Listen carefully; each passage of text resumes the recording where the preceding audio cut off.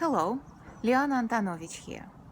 Today, I would like to talk about um, what can riders do outside of riding.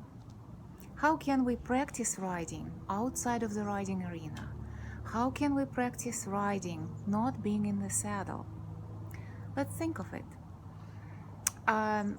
For adult amateur or junior young rider, how many hours a week can we spend in the saddle?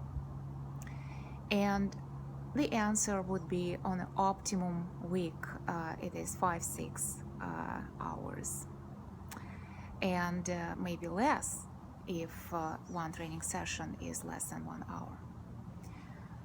The rule of thumb that we really learn, that we really embed our learning in us, it requires 10,000 hours of practicing, or it is 5 years of working full-time, 40 hours a week. Riders do not spend, unless they are professional riders, they do not spend this much time in a saddle because they have school, business activities, families, they have the rest of their lives. So for this category of non-professional riders who do not ride 8-12 horses a day, there is a challenge to aggregate the necessary amount of riding hours to profess as quickly as professionals do, or to profess as quickly as even their own horses require them to. I like to speak to riders about 3 concepts that they can apply to improving their riding skills without riding. And the first concept will surprise you as much as the second one. And the first concept is organizational skills. We have the same part of our brain, which is an organizational and control center, that works when we drive a car, when we go to school, work at our computer, or spend time in a meeting, when we make our bed, when we cook food, clean around the house, go to the party, and spend time at the stable, whether we do riding or not riding. Every minute of our life, we keep practicing our organizational center. And essentially, the majority of time, we train this organizational center when we are outside of time in a saddle, mounted, having our horse mounted. And that implies that we want to apply the same standards for our organizational center as we are expecting it to perform when we are riding, as well as in other situations when we are not. What does that mean? If we want to give our horses pristine, clean, very well coordinated aids with excellent timing based on horses' speed of reaction and phase in the stride and position of the horse in the arena, in a line, in relation to a fence or a cross-country horse, etc. We set a standard, but then we want to translate this standard to other areas of our lives. Very clean, organized, crisp, consistent aids, and not overshouting and not whispering to a horse, but clear aids are equivalent of a culture of environment like in a 5-star hotel or a resort. This is where we have absolutely clean environment indoors, inside the building, outside the building, landscape, bushes are trimmed, and all the borders of the roads are painted white, and grass is cut, and flowers are here and there, and everything is watered, and all furniture is well set and organized, and carpets are clean, and there is no dust on floor, any counter, table, desk, lamp, anywhere. There is no web hanging, and there is a fresh smell and everything, and books are on their shelves, and the surfaces are very clean and welcoming. Hey, come and let's start from a clean start, fresh activity. That kind of mentality we want to apply in our everyday lives. The way we keep our homes inside and outside, the way we keep our work environment, our office, our work desk, the way we keep our cars, sedans and trucks, the way we keep a landscape around the house, in the neighborhood, in a park, and in the stable, inside and around. That all, the way we keep it and maintain it, practices our organization center in our brain. And then it is so much easier for this organization center to facilitate our application of aids and decision making while we ride our horses. There is simply no other way. Sorry. If you look at your car interior today, if you look at your riding boots, if you look at your bit on a bridle and your saddle pad and your gloves, and you say, yep, I can demonstrate it on a museum shelf today, right now, without even touching them, dusting or anything, you're on the right track. And that should be consistent, day over day, no excuses. That enables, that level of organization enables you to keep very high standards for your command center. And that eliminates the unnecessary glass ceiling that many riders have.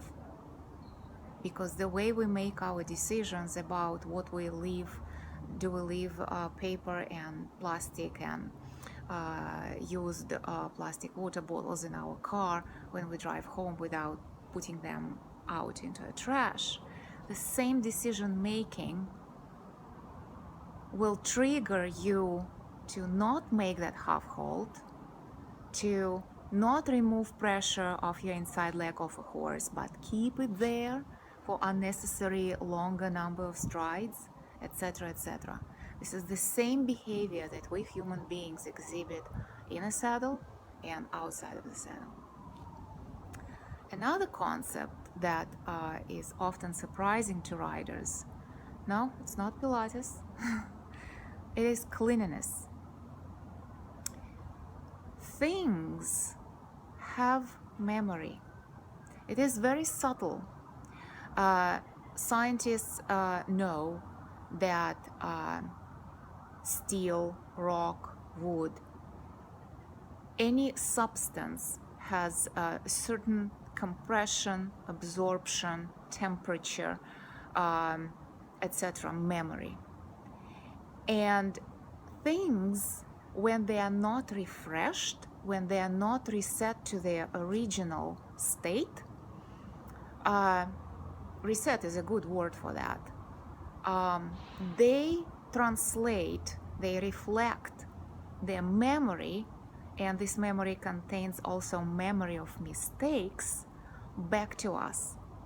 So if we come and we pull from the rack unclean saddle We use that saddle cloth that we already used 3 times on a horse, and the horse was sweaty and hair in there, and we put in our partnership things that facilitate practicing of the same mistakes.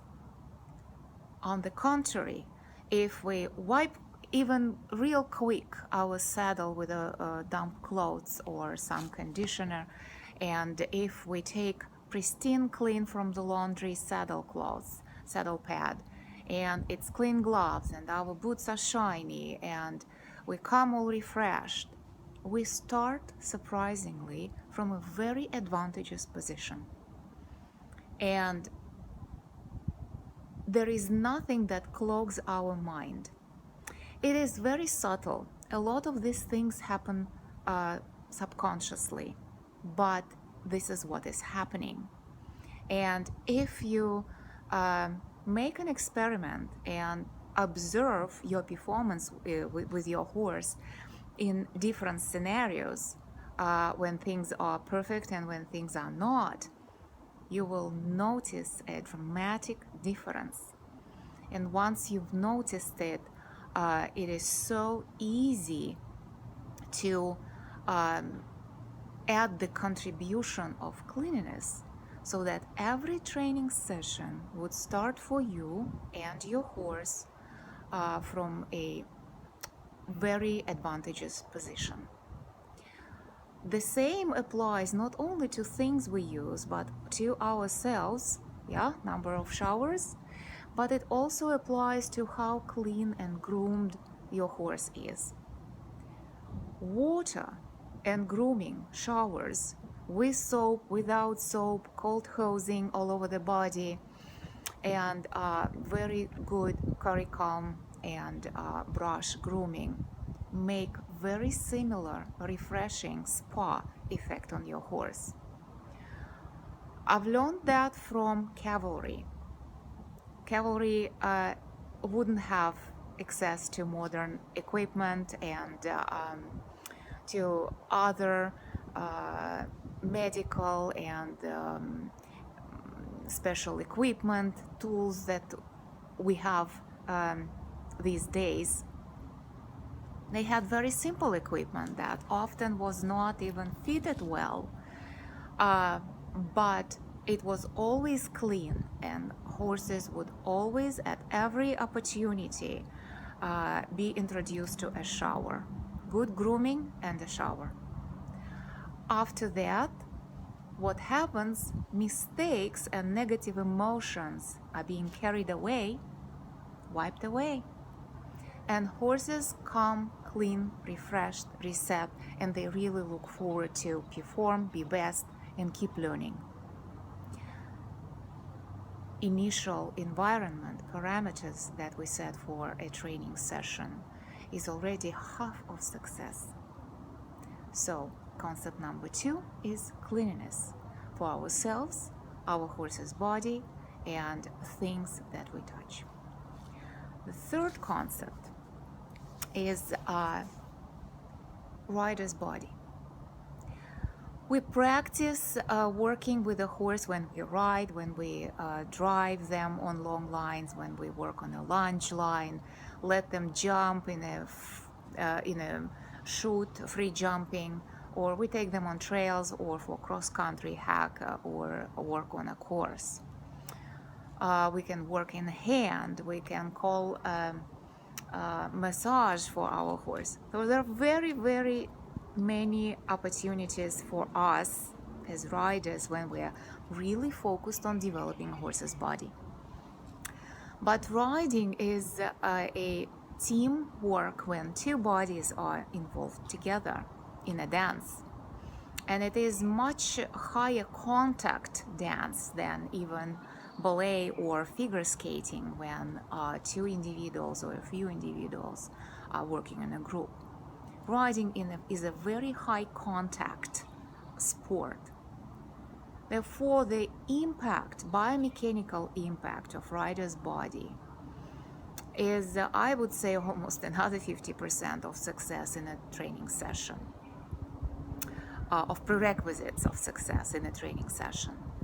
And we do not usually invest enough into keeping flexibility, balance, and independency of using our parts of the body outside of riding and during riding. At best, we may have a couple of lounging sessions when a trainer or a ground person or a friend holds a lunge line and we use our hands and legs free on our horse, on somebody else's horse that goes in walk, trot, and canter on the lunge line. So we are not focused on directing and steering the horse and keeping the frame in contact, but we are focused only on lubricating and stretching our body to achieve a better balance in motion. Outside of riding, there are a number of activities that we can do to prepare our body for riding. The standards for riding used to be essentially vaulting. The standards for gymnastics, for the level of gymnastics of rider's body. And for a long time, since the beginning of past century, vaulting was still a requirement in professional riding schools, in circuses and in cavalry and in police and in professional riding schools that raised professional sportsmen in dressage, show jumping, and eventing. With time, vaulting requirements for riders of various categories, from beginners to Grand Prix, they began retiring. And instead, it was already a requirement to do it not on a live horse, but on a sports equipment in a fitness hall. And in North America, Pilates is very popular. However, Pilates does not provide enough balance and flexibility and independence of our seat. There is a term, independency of seat. That means that our control center can move completely independently, like a chameleon is able to move its eyes completely independently, following its own logic. The same way, a rider should be able to move any part of its body. Any shoulder, any elbow, wrist, finger, seat bone, loin, diaphragm, neck, head, knee, ankle, toes. Any part and any muscle, the rider should be able to move independently. There are two activities that facilitate this independence, to my opinion and experience, more than even Pilates. And this is yoga and the either hot yoga or regular yoga in a room, or it is dancing. Whether you dance hip hop, rap, ballet, doesn't matter, disco, break dance. Among slow motion dances, it would not be waltz. It would not be something that is repetitive, but something that uses each part of the body quite independently. And there are a lot of good instructions that older people and everybody who is over 35 in their mid-age already feel that muscles are not as stretched and soft, and joints require lubrication and stretching more so. It's surprisingly Arabic belly dance, practice of which is happening in a very slow motion and 30 minutes to an hour of slow practice that anybody pretty much can afford. People of any age essentially can do a practice of that. I found it to be most beneficial. And of course, I practice myself. Various activities, and yoga and swimming and mount skiing and dancing, everything that I can reach outside of the riding ring. Once these three prerequisites are met, you're organized and you keep consistent high standards in all areas of your life. Cleanliness. You are sensitive to reset things you touch, your own body as well as your horse's body. And when you keep your body young, then you meet all prerequisites to put your foot into the stirrup and have a fantastic training session in your horse. Then sky's your limit. Thank you so much. Take care.